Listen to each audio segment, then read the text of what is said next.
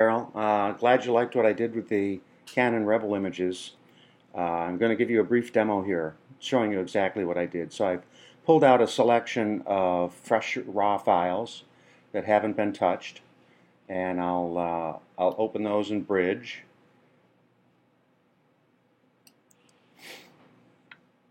See what we have to work with. Hopefully I pulled out a variety of exposures and color balances. The color balances varied a little bit as we went. Now, I think basically they're okay right out of the camera, basically. But like this guy's face, I see blue there. I see blue here. Overall, I see too much blue. And then as we look down at the other images, that one's not bad, but I still see blue. My color balancing, my job at my contract work for Kodak was very critical. I've lived and died by color for most of my career, and I shot that's quite cool in color balance. I have 12 years of doing extreme tight color balancing, shooting on Ektachrome film and Ektachrome slide duplicating film, both of them very persnickety.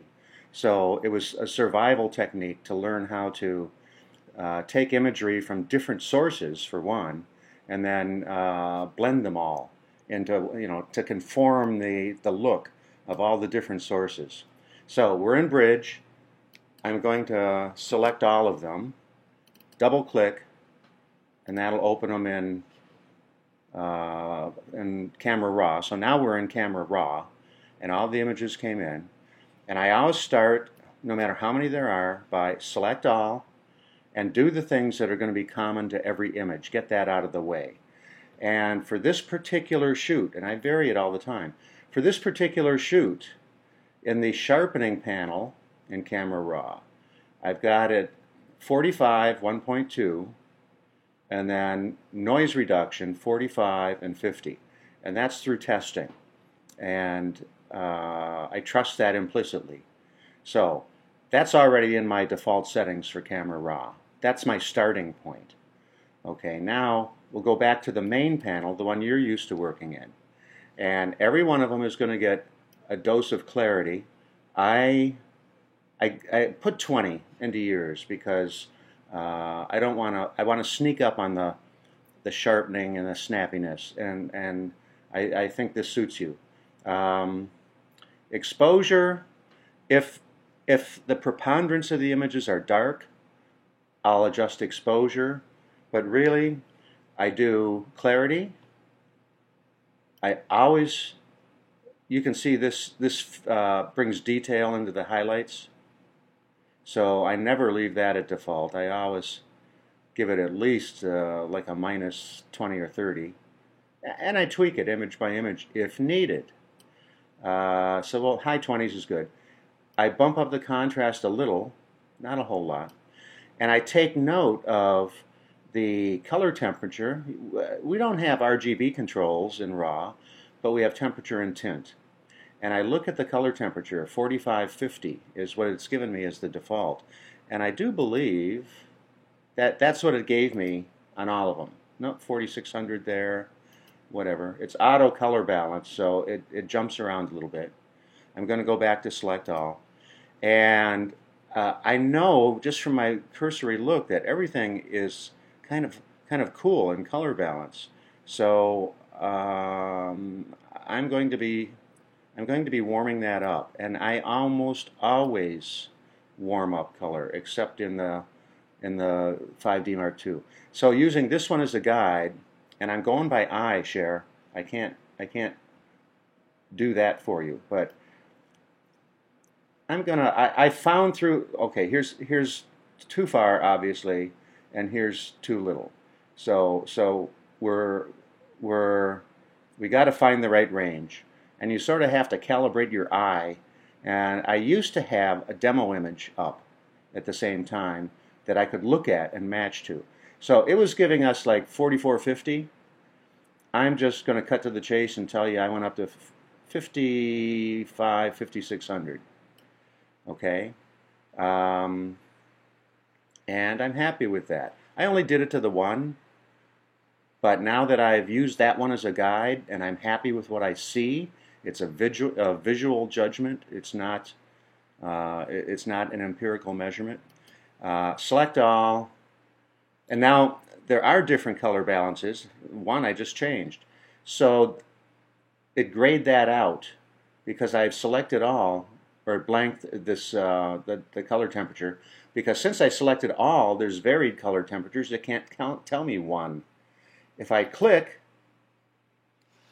now I'm active in that window, and I put in 5600 by keyboard because that's what I decided upon in my examination of the images.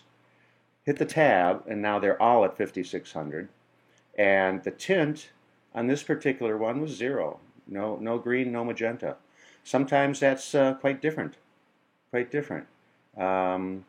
I look on this guy's white shirt and look up at the RGB values, it's 208, 206, 204. It's very clean. And sometimes I'll find my color balance if things are way out of bounds by doing a click balance. So I'm just going to select that one again, go up to the eyedropper, click on the white shirt, a part that has some density to it. And the click balance says 5400 plus 1. I tend to like things a little warmer, so I'm going to stay with the 5600. I don't mind the plus 1. So back to select all. So I've decided now my basic color balance for the reception, the church might be different, is going to be 5600 plus 1. And I've added that. That is now in every file I've selected. So I've boosted the contrast a little bit, and that generally affects the shadow detail more than the highlights.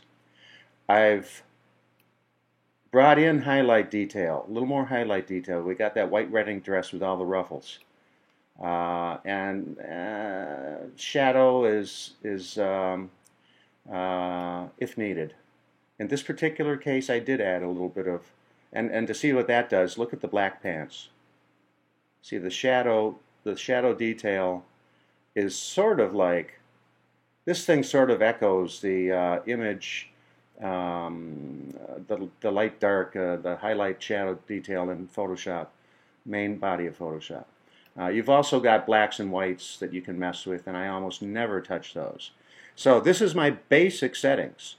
Then I go image by image and just look at density, contrast. So just very quickly, this is all I did last night. Very quickly, that one needs brightening. And down to the next one. I'm hitting the down arrow on the keyboard. Oops, sorry. This one definitely needs brightening. It needs a lot of brightening. So we'll bring that up, and you can see why the two flash exposures in the mirrors fooled the sensor. So and again I'm going by eye, but I love the flesh tone. I love the density. This one up too, and I'm watching the highlights on her dress as I do it. I don't want them to go. I mean, here we're at minus 33 on highlights. You know, it could end up there, and that would be unacceptable. 0 isn't bad. Leave it in this video. So anyhow, I go one at a time down the imagery. This particular one is going to need 2 passes. He's too light. Well, everything's too light, so I'll dial it back a little. But then in Photoshop, you know, he'll need to be toned down somewhat. Okay, but I get as much done as I can here. Okay, obviously dark. And I found this. I have this one in there because I found that as I was closer to the subjects, the color balance started to get a little cooler again. So in some of these, as I got closer, I bumped it up another couple hundred K. So that's it. I think. Nope. Sorry. So again, so it's really just a quick pass a quick pass to take a quick look and mainly deal with color and contrast issues. This is one, I'm sorry, with density and contrast. This is one where you can see that it's gone cooler again. So we'll darken it down, and we'll bump up the color temperature a little bit. It's like the flash has an inherent, so this one I went all the way up almost to 6,000. And a bunch of them I did that. And you can see it's subtle, but it makes a huge difference. Now you're going to find some shots in the you're going to find some shots where this happened with the with your flash, with that little plastic diffuser. It slipped on me a couple of times and it changed the lighting pattern, and I'm sorry about that. And I left in some of the images where I felt I could fix it.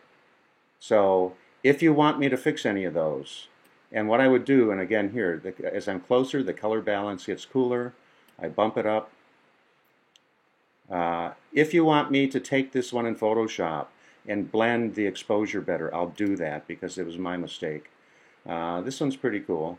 And again, I'm leaning towards a little higher in the color temperature. And I don't want the whites to go anywhere, but the shadows are a little dark, so I'll add some shadow detail, and there you go. That one's pretty good. And you know, and so on. And oftentimes, the color situation stays totally consistent throughout, and all you're doing is making sure that the brightness is right. That's best case. This is another one where the shadows, where it's shadowy at the bottom, and I also think it's too contrasty. So I'm going to back out that contrast that I put in the beginning. This is the kind of work I did for Kodak for years. Everything that went to print for 1 year, I worked with. A touch dark, just a touch. And there's just a hair's breadth width between too dark and too light. Obviously too light, and I'd say that's all that's wrong with that one. There are some images, a little higher color temperature. There are some images that, this is another one where I don't like the flash coverage pattern. I really don't. I like a diffuser cap myself. So we'll bring that down a bit. I wish there was a dodge and burn tool in RAW. Color temperature back up a bit, pushing towards 6,000. And if I didn't do these tweaks, excuse me, you would probably do some in Photoshop. You have your own, you know, you successfully get to the end point. And this one too, I'm gonna put back in. I'm gonna put more little shadow detail in there.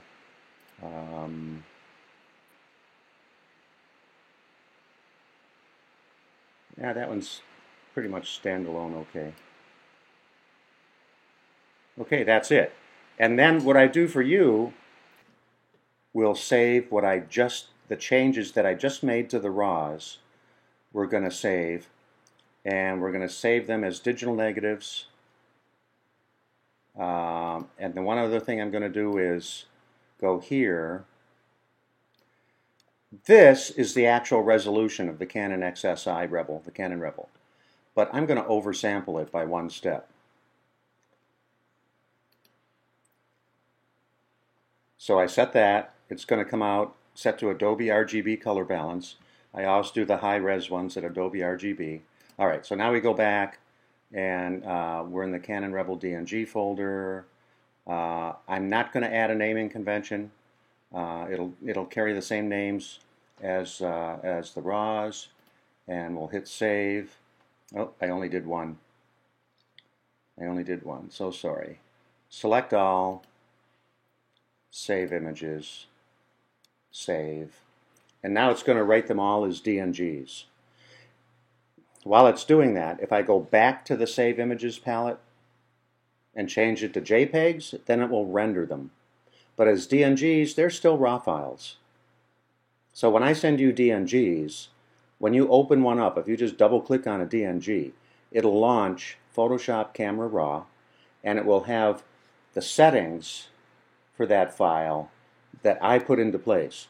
So basically, it brings you into Camera Raw. A bookmark for that image is where I stopped adding processing changes. So if you disagree with anything I've selected, you can go to a DNG file and back off the sharpening, or back off the color balance, or change the exposure I selected. So that's the great advantage of DNGs. I can share my thoughts about images with you by turning them into DNGs, and then if you like them, render them.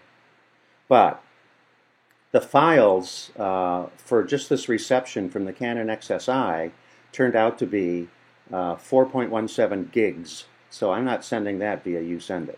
So instead, I rendered them as full-res JPEGs, and then I sampled them down to 600 by 900 JPEGs.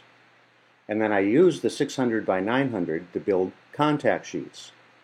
The contact sheets are printable. They're a 300 dpi full page. So I like to scan in on, I like to bring one up on screen and zoom in on it and make my selections that way. So after you've looked at this little movie, tell me what would be best before I get into the 5D Mark II stuff, because that's I don't want to go through a lot of work and then find out that all you really need is the contact sheets, or all you really want is whatever. So tell me what you find useful for you to continue your process. In terms of edits, I did not throw out much at all. I wanted you to see everything, let you make the picks. And like you said the other day, sometimes you've got an element in an otherwise bad shot that you want to keep. So I basically didn't throw out anything. I touched up a couple of crops in RAW, but for the most part, you're getting the full frame, full res image. If you want to make 8x10s out of some of them and you can't, go back to the RAW and see if maybe I did crop. And of course, the 2 to 3, you have to cut out left and right to turn it into an 8x10. So whatever. And I'll mail you a DVD of the DNGs from this session, because I think they'll be useful to you and to hang on to. Anyhow, that's it. And I've done this little movie in a thing called Snaps Pro. And Snaps Pro is a screen grab for movies. Here's its icon. And now you can see the RAWs have these little sidecar files to them.